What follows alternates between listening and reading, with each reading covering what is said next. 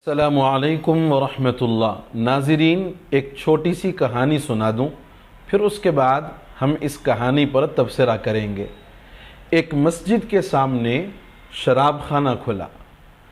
मस्जिद के मुसल्लियों ने हर नमाज के बाद उस कारोबार की नाकामी के लिए दुआएं की। हुआ यूं कि कुछ दिनों बाद शराब खाने में शॉर्ट सर्किट हुआ और सारा शराब खाना और उसका माल जलकर खाकिस्तर हो गया।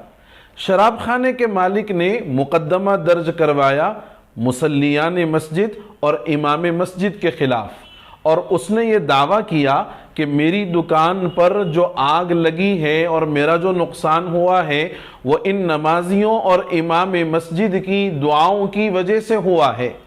जब मुकदमा अदालत में पहुंचा, जज ने सवाल किया तो इमाम मस्जिद और मुसल्लियों ने इस बात से इनकार कर दिया कि इसका नुकसान या इसकी दुकान हमारी दुआओं की वजह से नहीं जली है।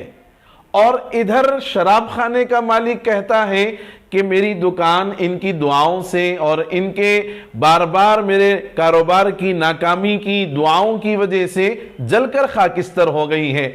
जज ने यह कहा कि इस केस का फैसला सुनाना मुश्किल है, क्योंकि शराब खाने के मालिक को दुआओं की ताकत पर यकीन है, मगर नमाजियों को अपनी दुआओं की कबूलियत का यकीन नहीं है। मेरे बुजुर्गों, आज भी सूरत हाल यही है कि सारी इस्लाम दुश्मन ताकतों को मुसलमानों की दुआओं की कबूलियत का 100% यकीन है, मगर आज हमारे अपनी दुआओं का हाल यह है कि हम दुआ मांगते हैं मगर उसमें असर या उसकी कबूलियत का हमें यकीन नहीं है। दुआएं मांगे, दिल से मांगे, अल्लाह जरूर कबूल करेगा। उदऊनी अस्तजिब लकुम। वस्सलामु अलैकुम व रहमतुल्लाह।